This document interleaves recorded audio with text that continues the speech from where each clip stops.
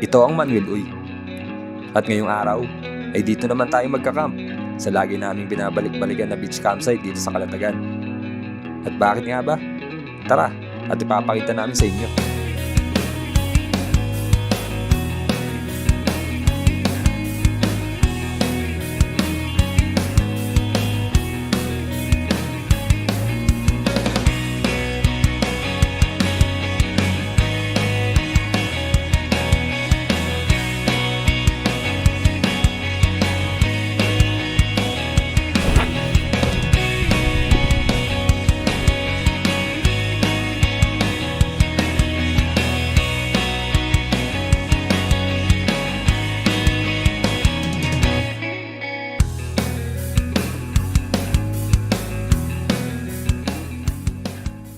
Yo, what's up guys?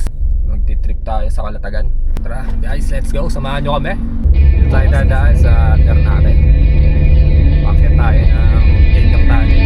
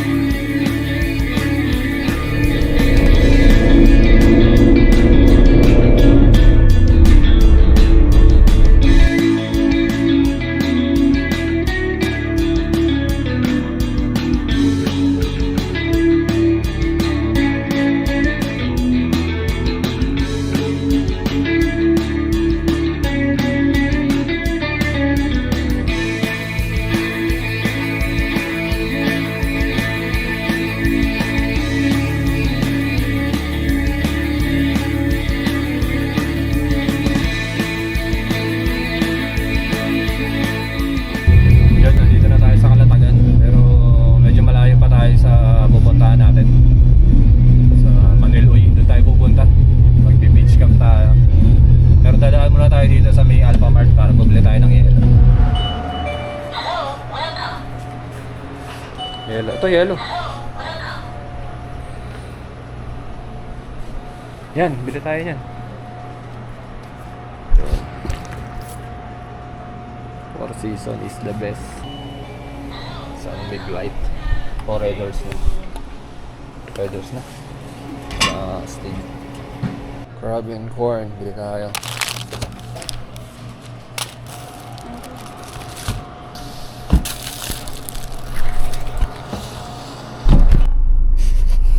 Let's go, diretso tayo sa biyahe. Time check, mag-alauna na. Dadapa ulit tayo ng palengke. Dumiretso lang kami sa biyahe at dumaan sa palengke ng Calatagan para bumili pa ng mga kailangan namin.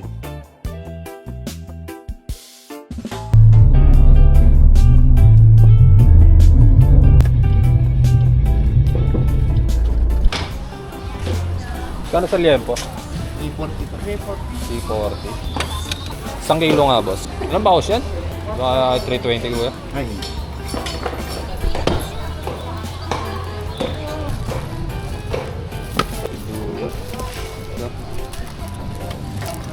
Ano po? Safe. Soy fish. Magkano hipon na 480 po. Walang bawas yun, kahit 450. Kita ka pa rin dyan, 450. 450. Malalaki. Diretso po. Wala naman pong maliliit yan, puro malalaki. Malalaki yan. Ay, nakabili na tayo ng hipon. Woohoo! Sobrang init, grabe. Diretso na tayo.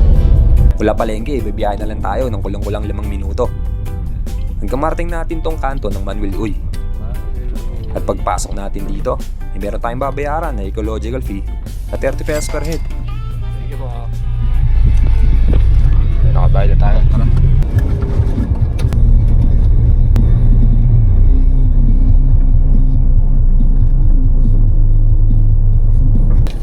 Entry pass sa Manuel Uy. Babayad muna tayo ng ating entrance. Ayun na, nakabayad na tayo. inabot ng 850 lahat kasama ang parking. 350 ang overnight. Dalawa kami, 700. Tapos 150 na parking fee. Yan lang. Tapos wala naman tayo binayarang na iba kasi nakahamok lang tayo. Kaya naman dito sa Manuloy kasi pinagbabawalan nila ang mga speaker na malalakas. Mula doon sa pinasukan natin na kanto, puro ganito na yung daan. Libak. Hindi pala pwede dito ang car camping, yung katabi mo yung sasakyan mo sa campsite. Wala yung pagpaparkingan namin, pero ang gagawin muna namin, dadalhin namin doon yung sasakyan. So dadarap namin muna yung mga gamit, tapos papark ko dito yung sasakyan, babalik kami. Ito, medyo lilim dito, pwede dito magpark yan. Diyan tayo mamaya magpapark, pero hiramin muna natin yung mga cart. May cart dito eh. Dito pala, ang mangyayari pala pag magsasetag ko, dito sa akin, dito ako magkakaroon.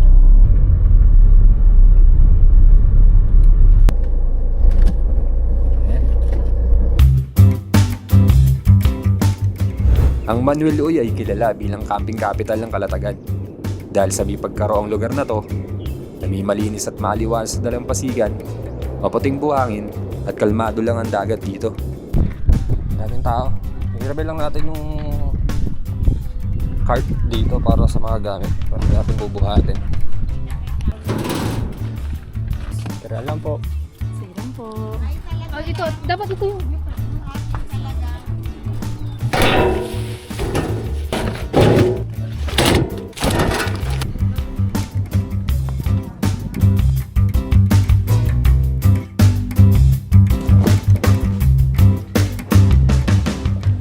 Di na nakapagtaka na ito ang camping capital ng Calatagan. Kita nyo naman sa dami na nagkakamp dito. Wala ditong mga kubo o cottage na pwede mong rentahan. Talagang na-preserve nila yung pagkaroon ng lugar na to. Kaya pag pupunta kayo dito ay dapat kumpleto kayo sa gamit. Kung wala kayong gamit ay hindi naman yung problema dahil meron naman silang pinaparent na mga gamit gaya ng tent, mesa at upuan.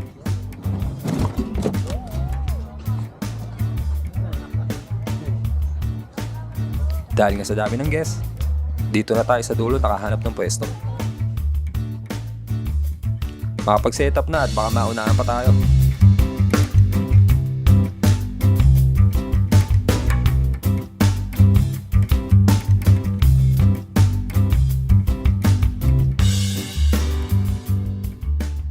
Yun o, na-set up na yung tarp natin. Umuulan eh, dilim mo. Sana umulan para medyo presko. Yung ulan na ano lang, tikatik lang. No? Ay, sarap. Ito, agaw-agawan na ng pwesto kasi weekend kaya ang daming tao. Tabi-tabi na halos yung mga campers dito. Tapos may mga tropa tayo dito na riders sa atin. Nakano lang sila. Kanya-kanyang diskarte na lang. Makapagpahinga. Ito na yung mga ihawin natin. Hipon, tsaka liempo. So ito na yung lalagay natin dyan. Asin paminta lang. Tapos uling. Let's go.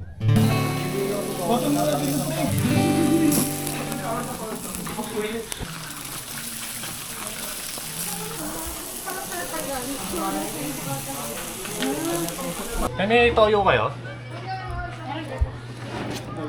Malakas po. Yun, tamang FT na lang kami dito. Anong oras na ba? Alas 5, mag-aabang tayo ng sunset. Maganda sunset dito eh. Doon siya bababa. Yan. Sa may galon na yun. Hindi natin yung galon ng tubig na yun. Alisin mo mamaya yun. Putrip mo namin dito. Nagutom kami. Malangaw lang dito. Basta expected na to pag maraming guests. Marangaw talaga. Siyempre madami mga dalang pagkain mga guests eh. Ayun. Fiesta mga langaw. Ayan. Nandito yung ating mga iniho kanina. Surprise na lang yan mamaya. Tingnan nyo. Gano'ng kabisa. Kasi yan. Ito mamaya. Iyan na namin to. Food depends. May mga ano na may prutas pa nung bagong taon yan. Umabot pa naman. Mamaya magsayang tayo. Inuna muna natin lutuin tong mga ulam natin. Tsaka natin i-prepare mamaya. Sisisig natin tsaka sinuglaw. Yung.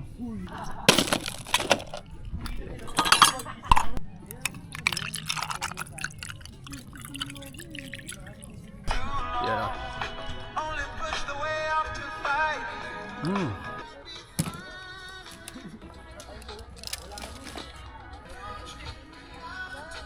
Di na tayo nakaligo dahil sa sobrang babaw lang talaga ng dagat dito. Kaya nagabang na lang tayo ng sunset at in-enjoy ang napakagandang view.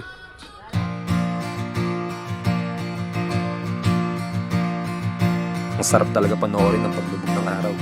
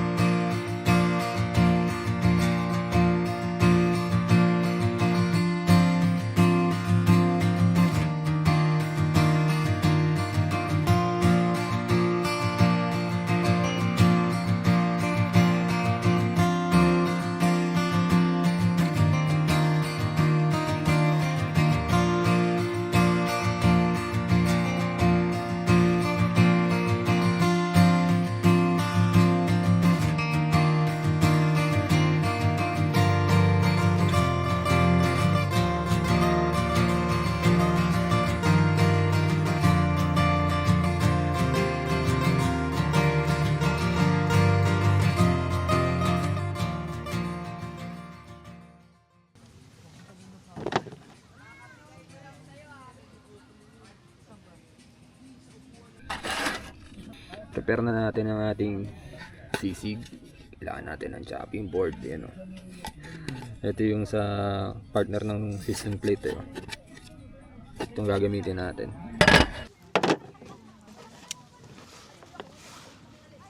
Yan, oh. Yung hiwa ng sinuglaw at hiwa ng sisig. Parehas na lang natin. Namin.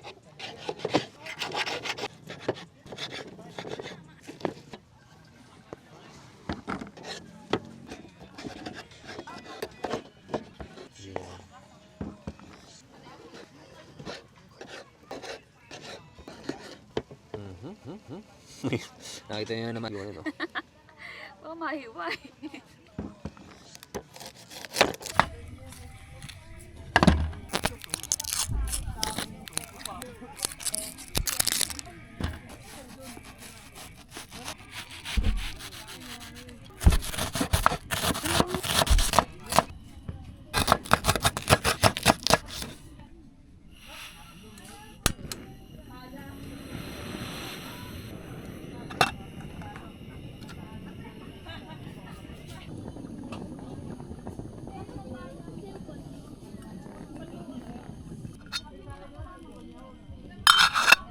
Salang na natin yung sisig. Simple, syempre. Kailangan niya.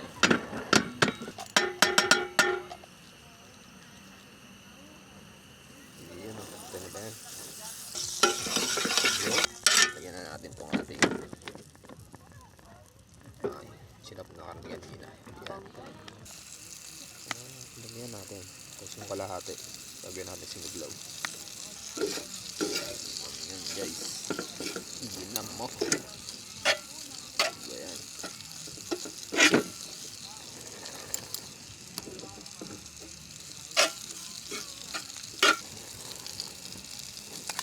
Buyas. Ayan. Ayan natin nalagyan ng mayonnaise. Sarap yung ganyan lang. Yung paminta.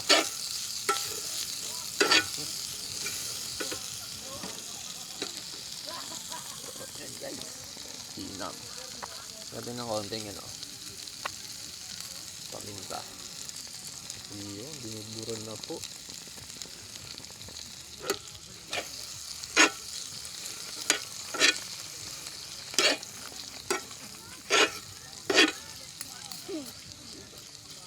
Yan, nalagyan ko po ng sile.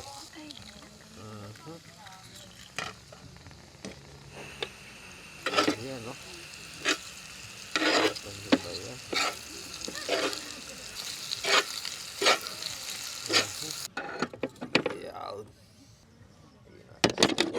Ayan, na-prepare ko na itong pipino tsaka kamatis, iniiwan na natin.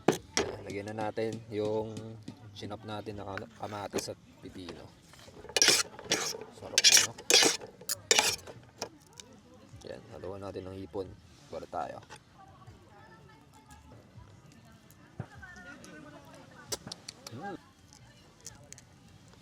Dalawa. Yan, tatlo.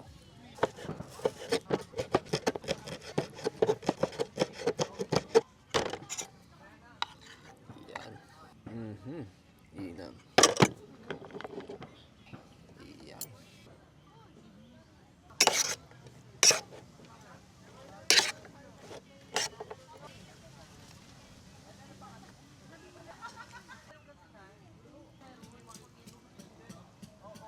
Paminta. Yun.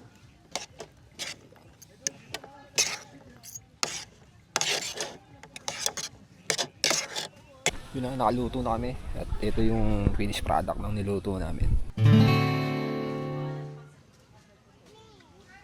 Sisig, sinuglaw-sinuglawan. Sa ayan, may hipon pa tayo. Sa papaking liempo.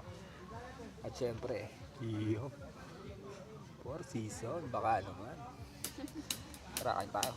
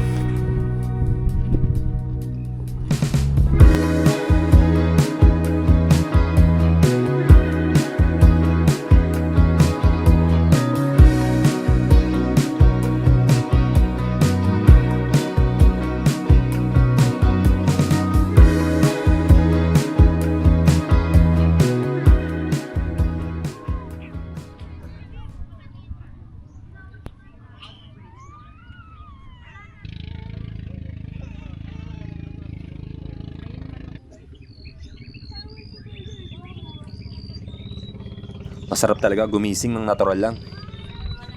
Yung hindi ka nagising dahil sa may nagbibideo ka sa tabi mo.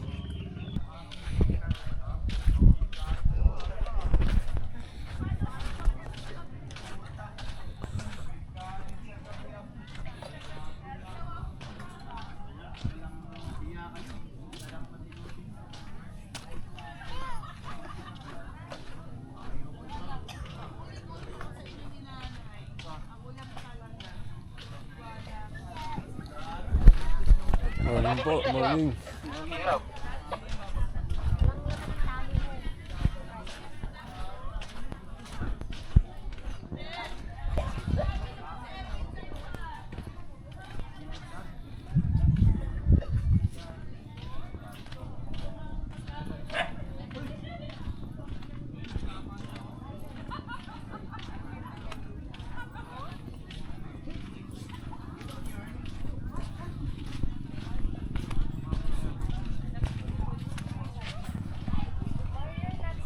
Oh, good.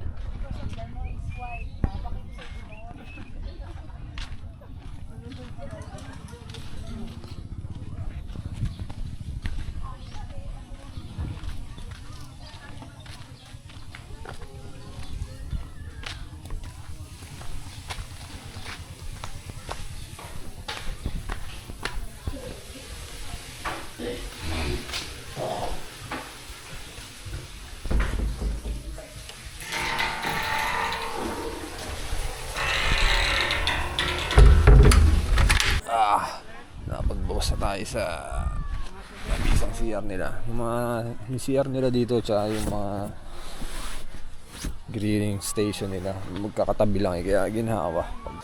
Magpe-prepare na lang tayo ng almusal tapos kakain, pahinga, kung makakaligo tayo. Pero kung hindi, ayos lang naman kasi low tide talaga.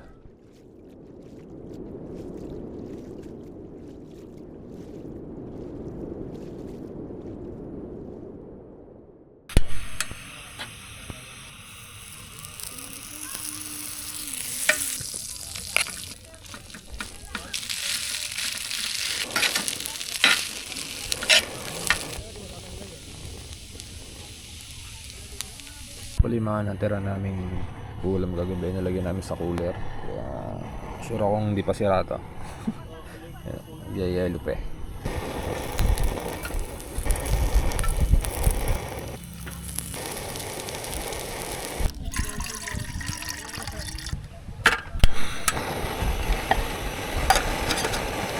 Yun, i-prepare na natin tong crab and corn.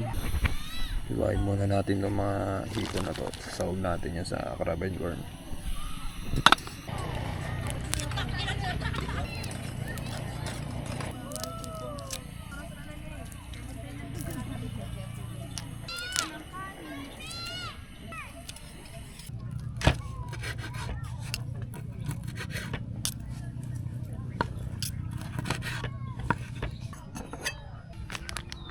Ihalo na natin habang di mainit. Kasi mamumuo yan eh.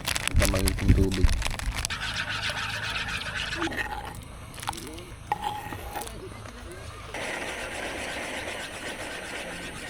Samahan na natin ng isang ulo ng hipon para magkaroon ng ibang lasa. Malasa lalo yan.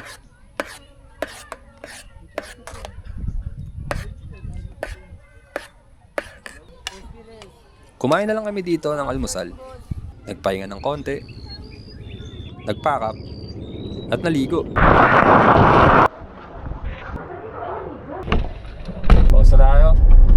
Pero may pupuntahan pa tayong isang spot dito sa Calatagan. Yung Calatagan Lighthouse. Spotan lang natin saglit yun kasi malapit lang naman siya dito. Nung sinerch namin sa Waze parang 5 kilometers lang mula dito sa Maniloy. Pero tingnan natin kung anong makikita natin doon.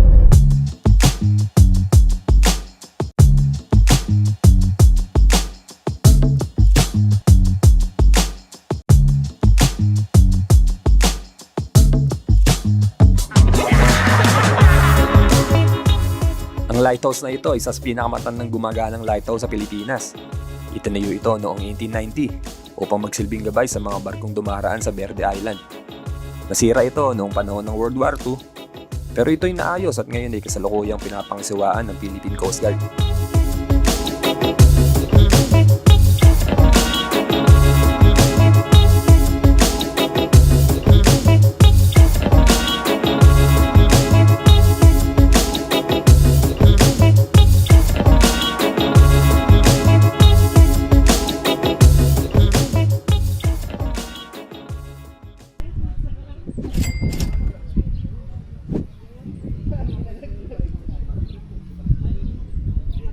Ito, tamang food trip lang tayo dito. Ito yung spot namin. Ayan yung view namin. Overlooking siya. Kasi itong malaking puno na ito, mabisa eh. Malilim. Dahil sa kanya naging malilim tong area na to. Parang ito nga ata yung pinagsutingan ng green bone. Hindi ako nagkakamali. Tapos dito sa banda na ito yung ano, madamo.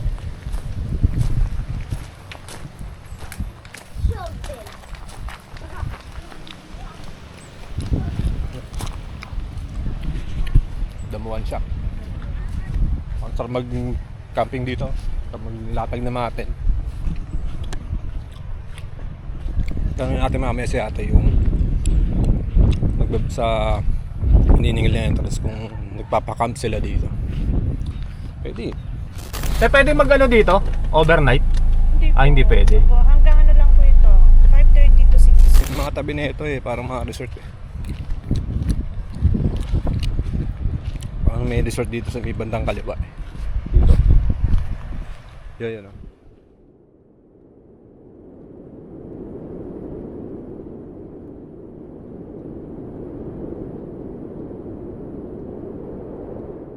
Pasok tayo dun sa loob ng lighthouse. Tingnan natin kung anong mga makikita natin doon. Hindi man bawal pumasok eh.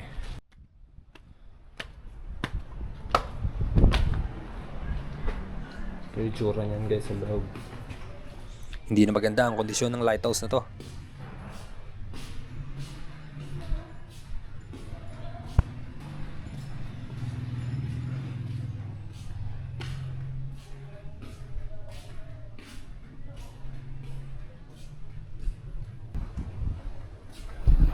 Dahil kwarto dito.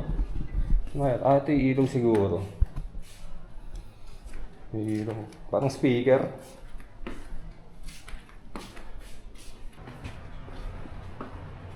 Kaya lang kisame. Kasi ito yung papasok ng lighthouse sa taas. Nakalagay.